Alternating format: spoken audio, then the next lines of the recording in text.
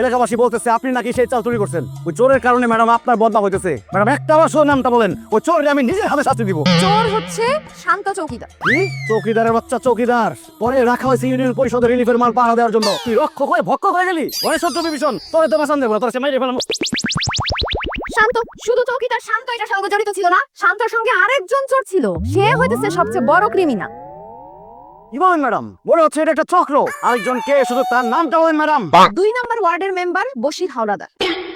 কি বলেন ম্যাডাম? 2 নম্বর ওয়ার্ডের মেম্বার তো আমি, বশির হাওলাদার। হ্যাঁ, আপনি তো আরেকটা চোর। কালকে রাতে চৌকিদার শান্তর সঙ্গে আপনি রিলিফের চাল চুরি করছেন। অসম্ভব ম্যাডাম, এটা হইতেই পারে না। চালের কলঙ্ক থাকতে পারে, কিন্তু এই বশির মেম্বারের কোনো কলঙ্ক থাকতে পারে না। আমার মনে হয় আপনার কথা ভুল হইতেছে। তাছাড়া এলাকাবাসী সবাই জানে এই বশির মেম্বারের চরিত্র ফুলের মতো পবিত্র।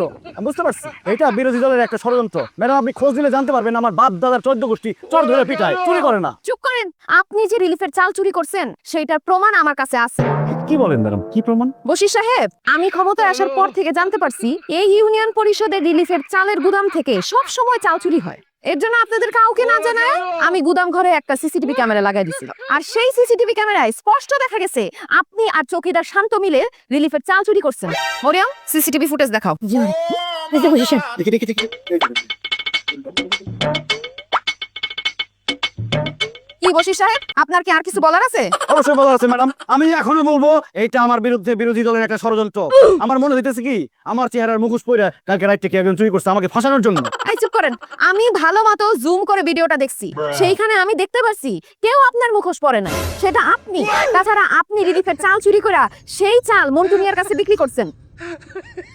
কি মন্টু মিয়া, আপনার কাছে সে চাল বিক্রি করছে না? জি ম্যাডাম, কালকে রিলিফের চাউল আমি বসির মেম্বারের কাছ থেকে কিনছি। শুধু কালকে না, আরো অনেকবার সে রিলিফের চাউল আমার দোকানে নিয়ে আসে বিক্রি করছে। চোরের মায়ের বড় গলা শুনছি, কিন্তু আজকে নিজের চোখে দেখলাম যেই জনগণ আপনারে ভোট দিয়ে মেম্বার নির্বাচিত করছে তাদের হকের জিনিস আপনি রিলিফের মাল বিক্রি করে দিয়া নিজে টাকা খাইতেছেন। হ্যাঁ, কি আপনার কি একটু লজ্জা করে না? ম্যাডাম আমার একটা রোগ আছে, ঘুমের মধ্যে হাঁটি, ঘুমের মধ্যে চুরি করি।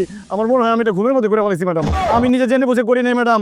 আমি খুব তাড়াতাড়ি ঢাকায় গিয়ে এই রোগের চিকিৎসা করাবো, আবার মাফ করে দেন ম্যাডাম। এইসব হইতেছে আপনার মিথ্যা বানোয়াট কথাবার্তা। আপনি এই পর্যন্ত যেই পরিমাণ চাল আপনি চুরি করছেন তার দ্বিগুণ টাকা আপনি ইউনিয়ন পরিষদে জমা দিবেন, সেই টাকা দিয়ে আমি জনগণের চাল কিনে দিব। জি ম্যাডাম, আমি সব টাকা দিয়ে দিব। আর এখন এই জনগণের সামনে কান ধরে মাছ চাবেন এবং বলবেন আপনি জীবনে রিলিফের চাল চুরি করবেন না। কি বলতেছেন ম্যাডাম?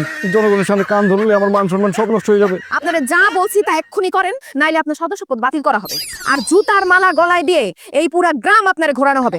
না না ম্যাডাম, আমি কান ধরে মাপ চেয়েছি। প্রাণ প্রিয় গ্রামবাসী, আমি লোভে পড়ে একটা ভুল করছি। আমি জীবনে আর কোনোদিন রিলিফের চাল চুরি করবো না। আপনারা নিজ গুণে আমাকে ক্ষমা করে দিবেন।